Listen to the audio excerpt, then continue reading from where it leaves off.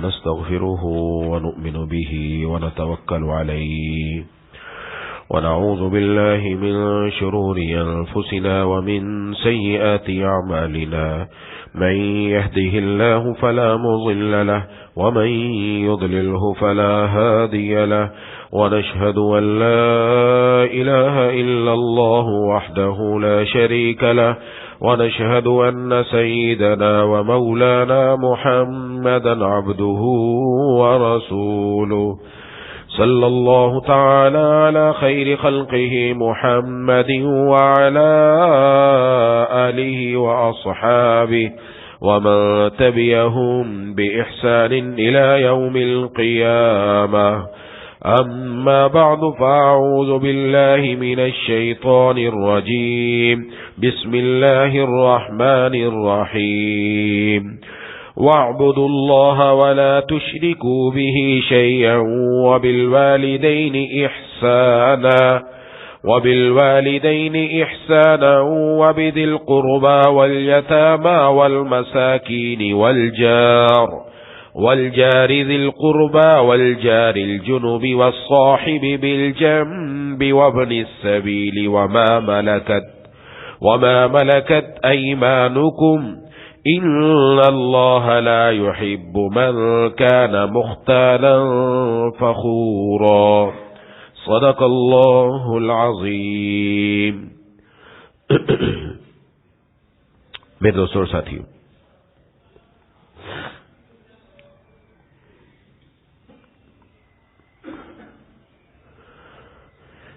سورۃ النساء کی ایک آیت تلاوت کی ہے.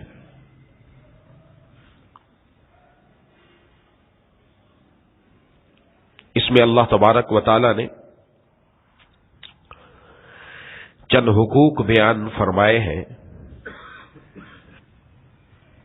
ارشاد فرمایا وَاعْبُدُوا اللَّهَ، اور اللہ کی عبادت کرو، وَلَا تُشْرِكُوا بِهِ شَيْئًا، اس کے ساتھ کسی کو شریک نہ ٹھہراؤ، وَبِالْوَالِدَيْنِ إِحْسَانًا، اور والدین کے ساتھ اچھا سلوک کرو، وَبِذِي الْقُرْبَى، اور رشتہ داروں کے ساتھ، وَالْيَتَامَى، یتیموں کے ساتھ، وَالْمَسَاكِينَ، مسکینوں کے ساتھ، وَالْجَارِ ذِي الْقُرْبَى، اور قریب والے پڑوسی کے ساتھ، وَالْجَارِ الْجُنُبِ، اور دور والے پڑوسی کے ساتھ، وَالصَّاحِبِ بِالْجَنبِ، اور ساتھ بیٹھے ہوئے شخص کے ساتھ، وَابْنِ السَّبِيلِ، اور مسافر کے ساتھ، وَمَا مَلَكَتْ أَيْمَانُكُمْ، اور اپنے غلام باندیوں کے ساتھ. إِنَّ اللَّهَ لَا يُحِبُّ مَنْ كَانَ مُخْتَالًا فَخُورًا، اللہ تبارک و تعالی کسی اترانے والے شیخی باز کو پسند نہیں فرماتے.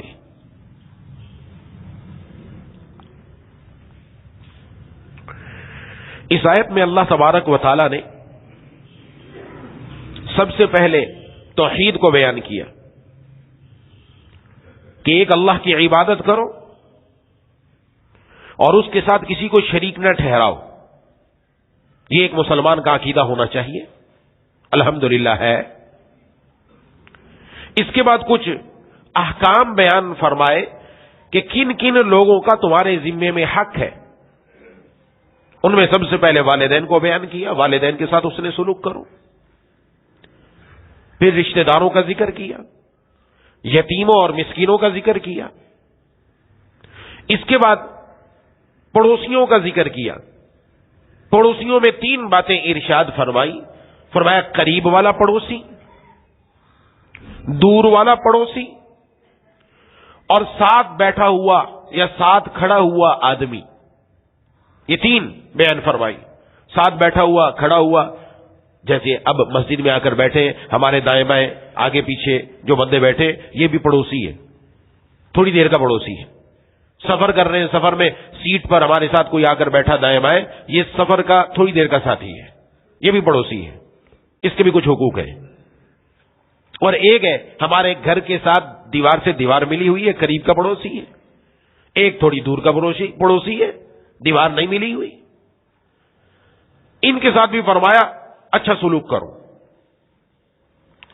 یہ معاشرت کے خاص احکام بیان فرمائے اس آیت کے اندر. معاشرت کا مطلب ہوتا ہے رہنا سہنا کیسا ہونا چاہیے. گھر میں والدین سے واسطہ ہے، والدین کے ساتھ ہم نے کیا طریقہ اختیار کرنا ہے بتایا. رشتہ داروں کے ساتھ آپ نے کیسے رہنا ہے بتایا. یتیم اور مسکین آپ کے پاس آ گئے، آپ نے ان کے ساتھ سلوک کیا کرنا ہے بتایا. آپ کے قریب میں پڑوسی ہیں، آپ نے کیسے رہنا یہ بتایا. اس پوری آیت میں اللہ تبارک و تعالی نے معاشرت کی ایک اہم باتیں ارشاد فرمائی ہے، جو میں بارہا عرض کر چکا کہ دین کے 5 جو بنیادی اہم چیزیں ہیں ان میں سے ایک معاشرت ہے.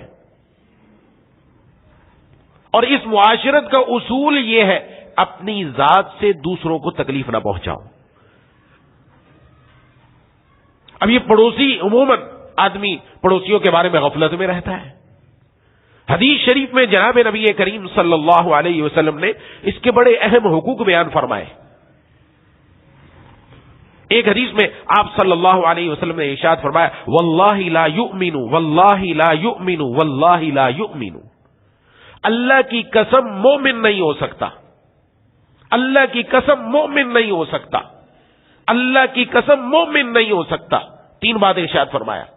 اور آپ صلی اللہ علیہ وسلم قسم کھا کر فرما رہے ہیں، جس سے اہمیت بتائی جا رہی ہے کہ آگے جو بات آئے گی بڑی اہم ہے، کوئی معمولی بات نہیں ہے.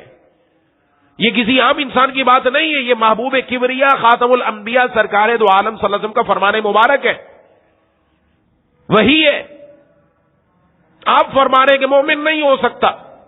حضرات صحابہ کرام رضوان اللہ علیہم اجمعین وہ تو ایسے جملوں سے ڈرا کرتے تھے. یہ کیسی بات ارشاد فرما دی. فوراً پوچھا، عرض کیا من یا رسول اللہ، کون آدمی جس کے بارے میں آپ ارشاد فرما رہے ہیں اے اللہ کے رسول صلی اللہ علیہ وسلم، وہ کون آدمی ہے جو مومن نہیں ہو سکتا؟ آپ نے ارشاد فرمایا وہ کہ جس کی شرارتوں سے اس کا پڑوسی محفوظ نہ ہو، جس کی شرارتوں سے اس کا پڑوسی محفوظ نہ ہو. دوسری حدیث میں ارشاد فرمایا لا يدخل الجنہ. پہلی میں فرمایا مومن نہیں ہو سکتا، اور دوسری میں فرمایا جنت میں داخل نہیں ہو سکتا. جنت میں داخل نہیں ہو سکتا وہ آدمی جس کی شرارتوں سے، تکلیفوں سے پڑوسی محفوظ نہ ہو. اسے آپ اندازہ لگائیں، یہ معمولی بات نہیں ہے. آج تو عزیز و اقارب کے حقوق کا خیال نہیں رکھا جا رہا، پڑوسی کا کہاں. دائیں بائیں ہمارے کچھ ہو جائے ہمیں اندازہ ہی نہیں ہوتا. دیوار کے ساتھ دیوار ملی ہوئی ہے، اپنا پیٹ بھرا جا رہا ہے، لیکن ساتھ دیوار کے ساتھ جس کی دیوار ملی ہوئی ہے اس کے گھر میں فاقے ہیں، اس کے گھر میں فاقے. اور معلوم نہیں، آپ صلی اللہ علیہ وسلم تو ارشاد فرما رہے ہیں کہ ما زال جبرائیل امین مسلسل مجھے آ کر پڑوسیوں کے بارے میں فرماتے رہے، اتنا فرمایا کہ مجھے ڈر ہونے لگا کہیں پڑوسی وراثت کے اندر حصے دار نہ بن جائے.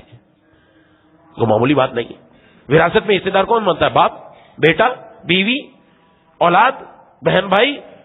پڑوسی کے اتنے حقوق بیان کیے کہ ایک فرمایا مجھے خدشہ ہوا کہیں یہ وراثت میں حصے دار نہ بن جائے. اتنا حق ہے اس کا. اور اسی کے اوپر آپ صلی اللہ علیہ وسلم نے جنت اور جہنم کا فیصلہ فرمایا ہے. یہ کسی کہانیوں کی کتاب میں بات نہیں ہو رہی، یہ آپ صلی اللہ علیہ وسلم کے فرمان مبارک کی بات ہو رہی ہے.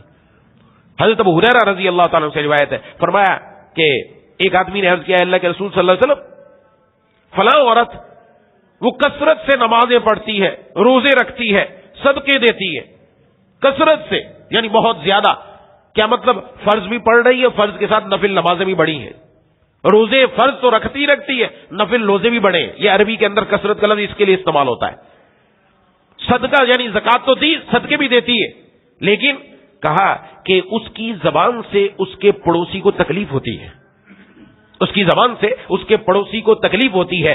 آپ صلی اللہ علیہ وسلم نے ارشاد فرمایا ہی فی النار، یہ عورت جہنمی ہے. اب اندازہ لگائیے کہاں گئے اس کے روزے، کہاں گئے اس کے صدقات، کہاں گئی اس کی نفلی نمازیں. آج ہمیں خود سوچنا چاہیے. آج نفلی نماز، روزہ، زکات، حج سب چیزیں ہو رہی ہیں، لیکن پڑوسیوں کو تکلیف پہنچائی جا رہی ہے. یہ جہنم میں کیوں گئی؟ کس وجہ سے گئی؟ ایک ہی بات ارشاد کی گئی ہے، اور وہ کیا؟ اپنی زبان سے پڑوسیوں کو تکلیف پہنچاتی ہے. اب یہ کوئی معمولی بات نہیں ہے.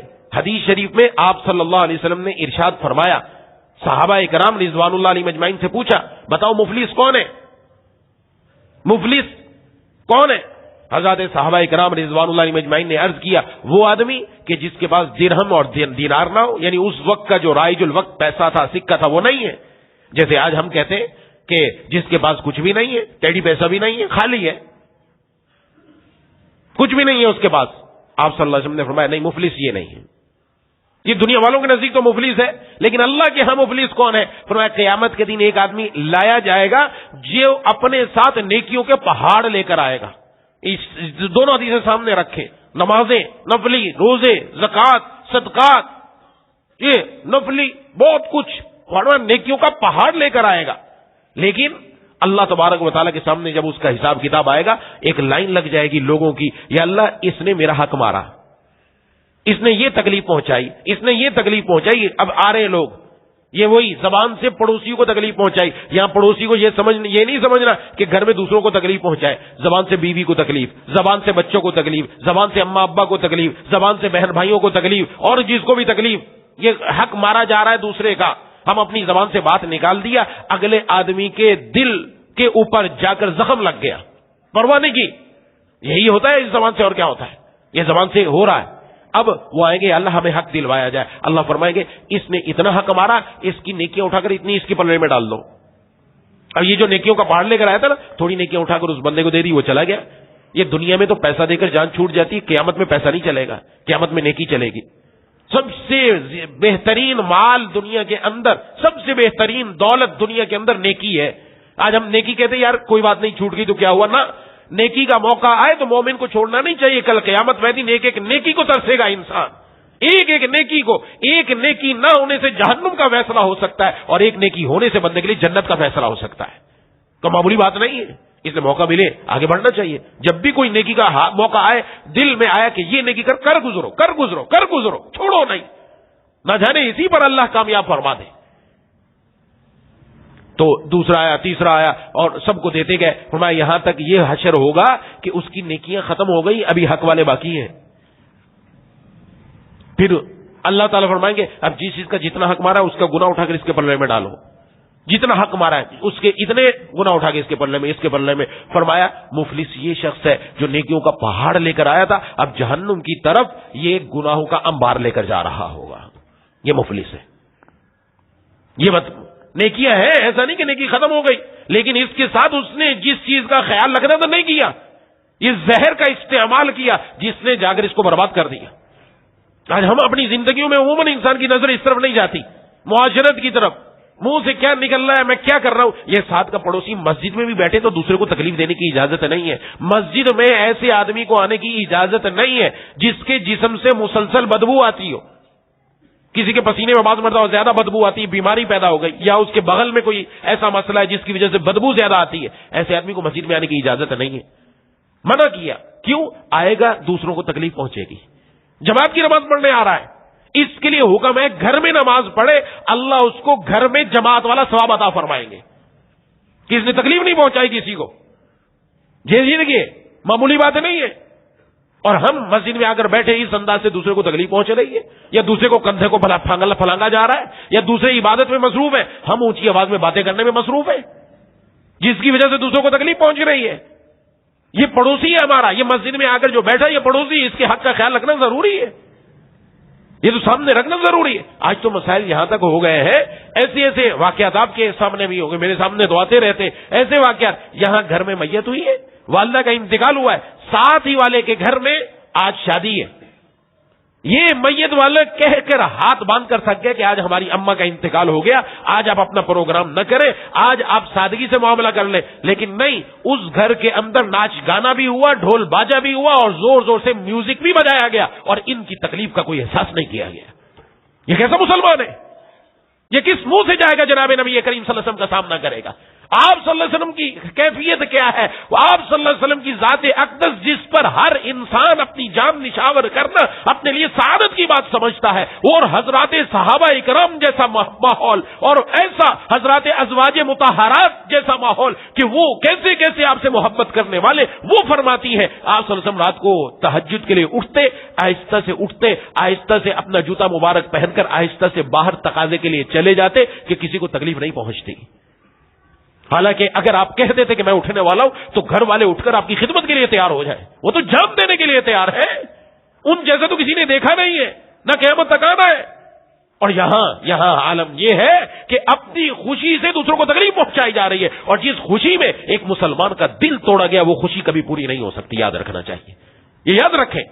یہ دنیا کے اندر اللہ کا دستور ہے، طریقہ ہے، اگر ہم دوسروں کو تکلیف پہنچائیں گے، ہم کسی کے زخم پر نمک چھڑکیں گے اور ہم سمجھے کہ میں مطمئن ہوں نا، آج ہم نے زخم چھڑکا، یہ گھوم گھام کر میرے تک آئے گا، اور ایک دن وہ دن آئے گا کہ لوگ میرے زخم پر بھی نمک چھڑکیں گے۔ جو دوسروں کو تکلیف پہنچاتا ہے وہ پلٹ کر تکلیف میرے تک آئے گی، اور اگر میں دوسروں میں خوشیاں بانٹوں، دکھ درد میں حصہ لوں اور ان کی تکلیف کو اپنی تکلیف سمجھوں، تو پھر یہ سارا پلٹ کر میری طرف آئے گا، دوسرے لوگ بھی میرے غم کو اپنا غم سمجھیں گے۔ آج خود غرضی آ گئی، خود غرضی۔ حضور صلی اللہ علیہ وسلم ایسا معاشرہ قائم کر کے گئے، آپ کے آنے سے پہلے اس معاشرے میں خود غرضی تھی، ہر انسان کو اپنا میرا کام ہونا چاہیے، بس۔ آپ خود غرضی یہی ہے کہ میری شادی ہو رہی ہے تو میں کیوں ڈھول بجانا کروں؟ ایک تو وہ ہے ہی غلط، ناجائز ہے ویسے ہی معاملہ، لیکن میں کیوں نہ کروں، میں تو اپنی شادی اس سے کرنا ہے، بڑے ارمان ہم نے پال رکھے تھے، ارمان آپ نے پال رکھے تھے، آپ اللہ اور رسول کے حکم کی مخالفت کر رہے ہیں، خود غرضی نہیں ہوئی تو اور کیا ہے؟ آپ صلی اللہ علیہ وسلم ایسا معاشرہ قائم کر کے گئے، وہ لوگ جن کے اندر خود غرضی تھی، ایک دوسرے پر جان چھڑکانے والے، ایثار کا جذبہ پیدا ہو گیا۔ ایثار زبان سے کہنا آسان ہے، کر کے دکھانا مشکل ہے۔ کیسا جذبہ؟ خود بھوکے رہنا گوارا کر لیا، لیکن اپنے مسلمان بھائی کا پیٹ بھر دیا، تو کر کے دکھائے۔ آج تو مسلمان بھائی، حقیقی بھائی ہو، اس کا پیٹ بھرنا کوئی گوارا نہیں کرتا کہ میرا پیٹ بھر جائے، خود غرضی ہے، یہ خود غرضی آ گئی، کہاں سے وہ حقوق ادا کرے گا؟ آج تو معاملات ہی الگ ہے، کوئی اگر کہیں ایکسیڈنٹ ہو گیا، خدا نہ خواستہ کوئی تکلیف میں گر گیا تو کیا کرتے ہیں؟ وہ مدد کرنے کے لیے نہیں آتا، مدد کرنے کے بعد میں سوچتے سب سے پہلے موبائل نکالا، پہلے اس کی ویڈیو بناؤ، اپنے ٹک ٹاک پر اپلوڈ کرو، اس کے بعد آپ دیکھیں گے کہ اس کی مدد بھی کرنی ہے کہ نہیں کرنی۔ اس کا مذاق اڑایا جاتا ہے، آج مسلمان کا مذاق اڑا رہا ہے، ٹک ٹاک پر اپلوڈ کر کے وہ لوگوں کے کمنٹ آ رہے ہیں، خوش ہو رہے ہیں، تالیاں بج رہی ہیں، اور یہ خوش ہو رہا ہے میں نے بڑا کام کیا۔ یہ جس دن گردن پکڑی جائے گی اس دن پتہ چلے گا کیا کام کر کے آیا ہے۔ کسی مسلمان کی عزت سے کھیلنا آسان کام ہے؟ حضور صلی اللہ علیہ وسلم فرما کر چلے گئے ہیں کہ مسلمان کی عزت بیت اللہ سے فرمایا ہے، بیت اللہ تیری عزت کے کیا کہنے، تیری حرمت کے کیا کہنے، لیکن مسلمان کی عزت تیری عظمت سے بھی بڑھ کر ہے۔ بیت اللہ کو خطاب کر کے فرمایا ہے، کوئی معمولی بات ہے؟ آج دوسروں کی عزتوں سے کھیلنا، دوسروں کی ذات کو تکلیف پہنچانا، اپنی زبان میں جو آیا بول دینا، تو آپ صلی اللہ علیہ وسلم کیا ارشاد فرما رہے ہیں؟ یہی فرمایا۔ دوسری عورت کا ذکر ہوا، اور دوسری عورت عرض کیا کہ فلاں نہیں ہے، نماز روزہ فرض پورا ہوتا ہے، باقی نفلی کم ہے، نفلی زیادہ نہیں ہے، لیکن زبان سے دوسروں کو تکلیف نہیں پہنچاتی، زبان سے اپنے پڑوسیوں کو تکلیف نہیں پہنچاتی۔ آپ نے فرمایا یہ عورت جنتی ہے۔ یہ دیکھ لیں فیصلہ جہنمی اور جنتی ہونے کا کس بنیاد پر ہو رہا ہے؟ یہ صرف عورت کا ذکر ہے، یہ بتا دیا مرد کا بھی یہی حکم ہے، سب کے لیے یہی حکم ہے۔ اپنی زبان سے وہ پڑوسی کو تکلیف نہیں پہنچا رہی، حکم دیا جا رہا ہے جنتی ہے، اس کی نیکیاں محفوظ ہو گئی، یہ کل قیامت والے دن نماز روزہ اپنے ساتھ جو لے کر جائے گی اس کو کامیاب کر دے گا۔ ہم اپنا بڑا جائزہ لیں کہ ہم کہاں پہنچ رہے ہیں۔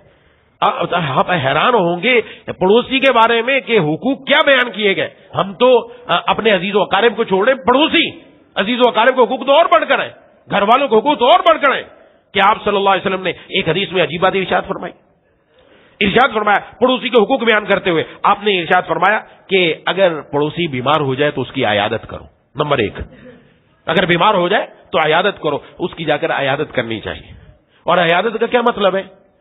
ہم تو عیادت کا مطلب سمجھتے کہ ہاتھ میں فروٹ کا تھیلا ہو تو اس کے گھر میں جائیں اور جا کر وہاں بیٹھ کر اس کی چائے وائے بھی پیئیں، گپ شپ بھی کریں اور اٹھ کر آ جائیں۔ یا پھر کوئی گیا بہت ہی خیر خواہ نکلا، کہا اچھا کیا ہوا، کیا بات ہے، کیا پریشانی ہے، کیا تکلیف ہے؟ کہا جی مجھے فلاں بیماری ہے۔ او ہو، کہا اس بیماری میں تو یہ بندے انتقال کر گئے ابھی حال ہی میں، کہ چل تو بھی رستہ پکڑ، تیرا بھی اب نمبر لگ گیا، اب تو رستہ پکڑ، تیرا چھٹی ہونے والی ہے۔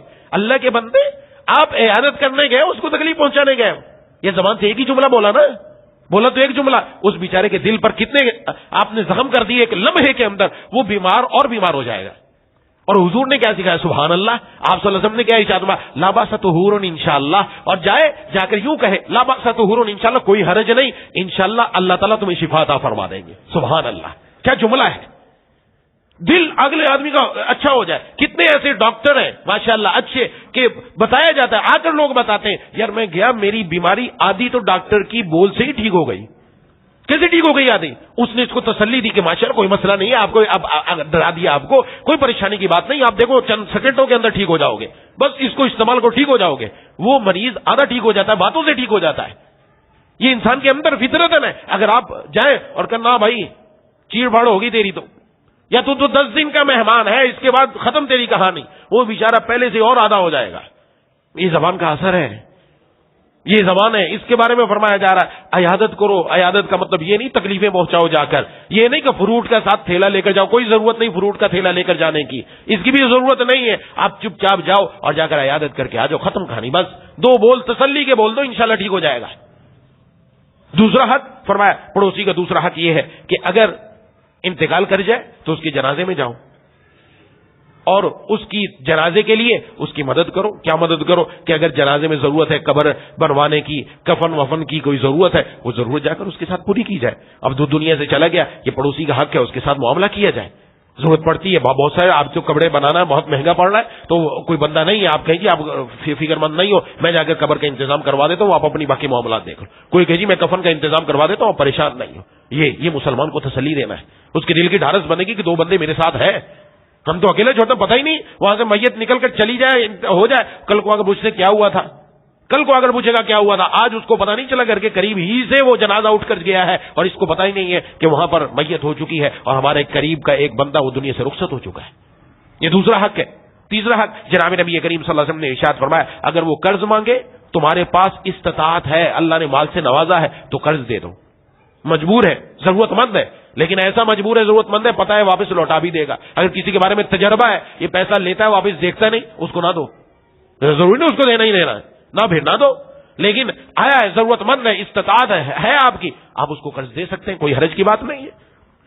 چوتھا حق آپ نے ارشاد فرمایا کہ اگر اس کو کوئی مصیبت پہنچے تو تعزیت کرو. اس کے گھر میں کسی کا انتقال ہو گیا، آپ تعزیت کرنے کے لیے چلے جائیں. تعزیت کا مطلب یہ نہیں ہمارے ہاں جو یہ مطلب ہی الگ ہی ہے، وہاں جا کر بیٹھ جاؤ اور ٹیکا جما لو اور دوپہر کے کھانے میں ہی حاضر ہو، شام کے کھانے میں بھی حاضر ہو. کہا جی لنگر لگ رہا ہے، اب دوسرے بندوں کے ذمے کھانا کھلانا، اب جا کر بوٹیاں گنو، اب جا کر میٹھے گنو کہ میٹھا بھی نہیں آیا، بوٹی بھی نہیں آئی، فلانا نہیں آیا. صبح کا ناشتے کے اندر تو حلوہ اور پوڑی آنی چاہیے تھے، وہ کیسے نہیں آئی؟ کیا کریں، کیا بتائیں؟ آج تو حالت ہی عجیب ہو چکی ہے. یعنی مرنے کے اوپر بھی مال کھانا ہے. جس کا گھر قریب ہے اس کو کیا ضرورت ہے وہ اپنے گھر میں جائے نا. اللہ کے بندے، آپ کو کس نے کہا بار بار جا کر وہاں بیٹھو اور کھانے کے ٹائم میں بندہ پہنچ گیا؟ ویسے وہاں میدان خالی ہے، یہ تو میں بہت دیکھتا ہوں، آپ بھی دیکھتے ہیں، میدان خالی، کوئی بھی اس کے پاس نہیں بیٹھا. جیسے کھانے کا ٹائم ہوا ایسا ایسا بھرنا شروع ہو گیا. کیا ہوا؟ اب کیا ہو رہا ہے مسئلہ؟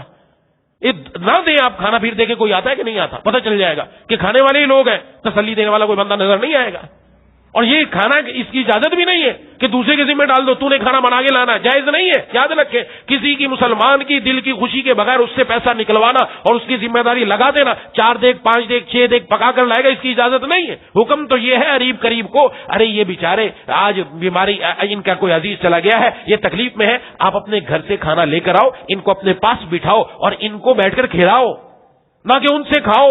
یہ نہیں حکم دیا، کھلاؤ ان کو آ کر. یہ بیچارے آج انتظام نہیں کر سکتے اپنا، ان کی تسلی کرو، ان کی ڈھارس بنداؤ، ان کے ساتھ بیٹھ کر آپ اپنا کھانا بھی کھا لو، ان کو بھی کھلاؤ. اور وہ بیچارے تو بھاگ دوڑ میں ہی لگے ہوئے کہ کس کو کھانا مل رہا ہے کس کو نہیں مل رہا، اور اس کے کھانے کی کسی کو پرواہ نہیں ہے. ہم الٹ چل رہے ہیں.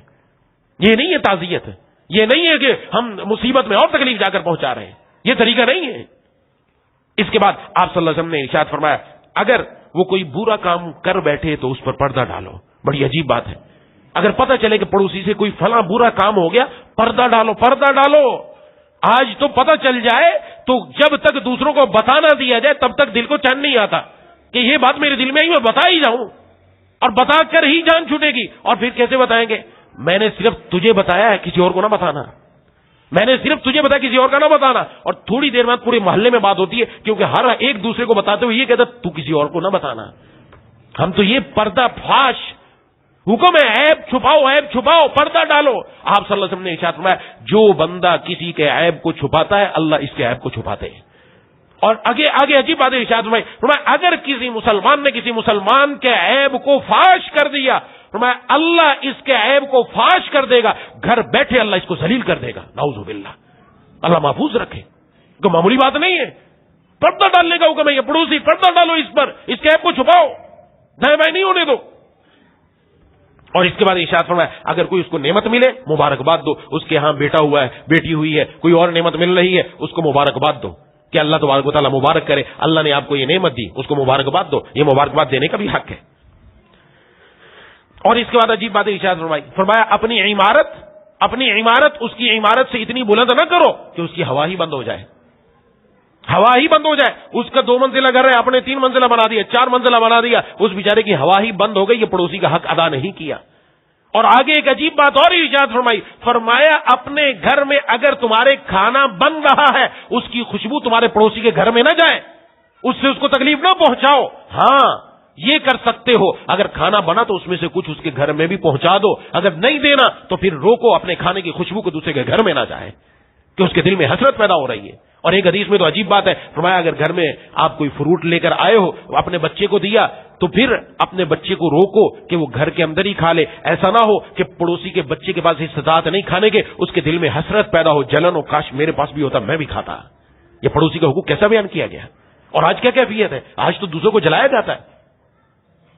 حضرت مفتی اعظم پاکستان حضرت مولانا مفتی محمد شفیع صاحب رحمۃ اللہ عجیب بات ارشاد فرماتے ہیں فرمایا حضرت میاں جی اصغر حسین صاحب رحمۃ اللہ علیہ اکابر علماء دیوبند میں سے. یہ اکابر وہ ہیں کہ جنہوں نے حضرات صحابہ کرام رضوان اللہ علیہ مجمعین کی ادا کو زندہ کیا. یہ وہ لوگ ہیں جنہوں نے ان کی اداؤں کو زندہ کیا، معمولی لوگ نہیں تھے. فرمایا کہ ایک مرتبہ حضرت کے گھر گیا، بارش ہوئی، برسات کی وجہ سے چھت ٹپکنے لگ گئی، کچا گھر تھا اور حضرت کے پاس اتنے پیسے تھے کہ گھر بنا سکتے تھے اپنا. میں نے جا کر جب وہ چھت ٹپکی اور میں نے عرض کیا کہ حضرت گھر ہی پکا بنوا لیا ہوتا تاکہ یہ ہوتا ہی نہیں. تو فرمایا حضرت نے عجیب بات فرمائی فرمایا واہ واہ کہ آپ کے ذہن میں یہ بات آئی، میرے ذہن میں تو نہیں آئی، لیکن اس سے ان کو تنبیہ کرنا مقصود تھا. تو فرمایا کہ میں نیچے سر جھکا کر بیٹھ گیا کہ کوئی غلط بات نکل گئی. فرمایا مجھے پکڑا اور گھر سے باہر نکل کر فرمایا دائیں طرف دیکھو گلی میں سارے دیکھو کچے گھر ہیں جی، بائیں طرف دیکھو سارے کیا گھر ہیں کچے گھر ہیں جی. فرمایا ساروں کے گھر کچے ہیں، ان کی طاقت نہیں ہے پکا گھر بنا لے، میں اپنا پکا گھر بناؤں گا. ان کے دلوں میں حسرت ہوگی کہ کاش ہمارا گھر بھی پکا ہوتا. میں اپنے اس گھر بنانے سے کسی کو تکلیف نہیں دینا چاہتا. حالانکہ یہ کوئی تکلیف کی بات نہیں ہے. ایک مومن کے دل کے اندر وہ جذبہ ہے جو ایک مومن سے محبت کرتا ہے، اس کی تکلیف کو اپنی تکلیف سمجھتا ہے. میں ایک مرتبہ گیا تو آم آئے ہوئے تھے، آم کا زمانہ تھا، کھایا اور کھا کر اس کے بعد گٹھلی اور چھلکے تھے. تو حضرت نے فرمایا کہ یہ کچرا اٹھا کر باہر ڈال کے آ جاؤ. فرمایا کہ میں جانے لگا تو پوچھا کہ کچرے ڈالنے کا طریقہ آتا ہے؟ ہاں ہمیں تو ہم کچرے ڈالنے کا ہمارے ہاں کیا طریقہ ہے؟ ہمارے ہاں طریقہ یہ کہ شاپر کے اندر بند کرو، اوپر سے نیچے پھینکو. کوئی مسجد میں نمازی جا رہا ہے، اس کے سر پہ لگے کچھ ہو، نیچے زور سے پھینکو، پھٹے نیچے جا کے گندگی پھیل جائے، سب کے کپڑے خراب ہوتے رہے. آج تو ہم نعوذ باللہ کیفیت گھروں میں جا کے سمجھانا چاہیے. وہ کیفیت بنائی ہوئی ہے کہ دوسروں کو تکلیف پہنچانے کا ذریعہ ڈھونڈا جاتا ہے کیسے تکلیف پہنچائی جائے. یہ طریقہ ہوتا ہے کہ اوپر سے کچرا نیچے پھینک دو یا کچرا گھر میں جمع کر کے کسی جگہ جا کے ڈالا جائے. اب یہاں سنیے، میں نے عرض کیا کہ حضرت اس کے ڈالنے کا بھی کوئی طریقہ ہے؟ فرمایا ہاں ہے. جاؤ اور گٹھلیاں جو ہیں آم کی فلاں جگہ ڈال دو، اور جو چھلکے وہ ایک جگہ نہیں ڈالنا، تھوڑی سے فلاں جگہ، تھوڑی سے فلاں جگہ، تھوڑی سے فلاں جگہ ڈال دو. میں کر کے آ گیا. میں نے آ کر پوچھا حضرت سمجھ میں نہیں آیا بات؟ فرمایا میں نے اس وجہ سے کہا کہ اگر یہ سارے چھلکے اور گٹھلیاں ایک ہی جگہ ڈالو گے تو میرے دائیں بائیں غریب لوگ رہتے ہیں، ان میں استطاعت نہیں ہے کہ آم خرید کر کھا سکے. کسی کے دل میں حسرت آئے گی. آج میاں جی کے گھر میں آم آئے تھے، ہمارے گھر میں آم نہیں آئے. آئے ہائے کیسے لوگ ہیں، کیسے لوگ دوسروں کا خیال رکھنے والے. اور فرمایا میں نے اس لیے کہ تھوڑی تھوڑی جگہ ڈالو تاکہ وہ دور سے نظر نہیں آئے، تھوڑی تھوڑی کسی جگہ پر ہوں گے وہ نظر نہیں آئیں گے. گٹھلیاں الگ اس لیے ڈلوائی اور چھلکے اس لیے ڈلوائے کہ وہاں سے بکریوں کو گزر ہوتا ہے چھلکوں والی جگہوں پر، وہ چھلکے کھا کر چلی جائیں گی. اور گٹھلیاں وہاں پھینکوائی جہاں بچے کھیلتے ہیں، بچے گٹھلیوں سے کھیلتے ہیں، وہ اٹھا کر گٹھلیوں سے کھیل لیں گے، وہ ان کے کام آ جائیں گی، اور چھلکے بکریوں اور جانوروں کے کام آ جائیں گے. سبحان اللہ. یہ وہ لوگ ہیں جو اپنے کچرے سے بھی دوسروں کو تکلیف نہیں پہنچا رہے ہیں. یہ ہے دین پر عمل کرنے والے. یہ ہیں وہ لوگ جنہوں نے قرآن اور حدیث کو سمجھا ہے.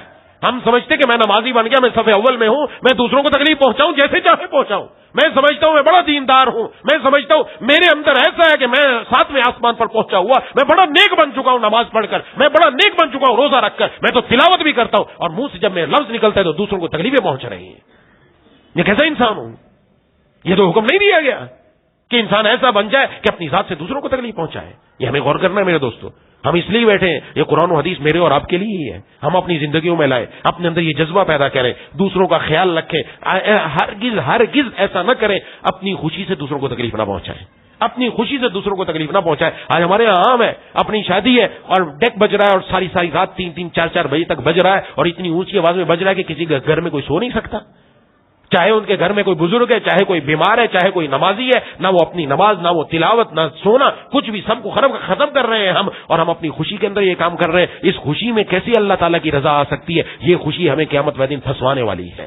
خدا کے لیے سوچیں، خدا کے لیے اپنے جذبات کو اپنے اندر رکھ کر ہم قرآن و حدیث کے پابند ہوں۔ کیوں پابند ہوں؟ اس لیے کہ ہم نے مرنا ہے، ہم نے اپنے اللہ کو جا کر جواب دینا ہے، ہم نے قبر میں جانا ہے۔ ہماری زندگی دنیا والی نہیں ہے، یہ دنیا کی عیش و عشرت الگ رہی، لیکن اصل زندگی آخرت کی، جنت کی، جو اللہ تعالیٰ عطا فرمانے والے، وہاں کی نعمتیں اصل نعمتیں ہیں، وہاں کی دولت اصل دولت ہے۔ اس دولت کو اپنے اندر لانے کی کوشش کرنی ہے۔ دعا ہے کہ اللہ تعالیٰ مجھے اور آپ کو ان باتوں پر عمل کرنے کی توفیق عطا فرمائے۔ وآخر دعوانا الحمدللہ رب العالمین۔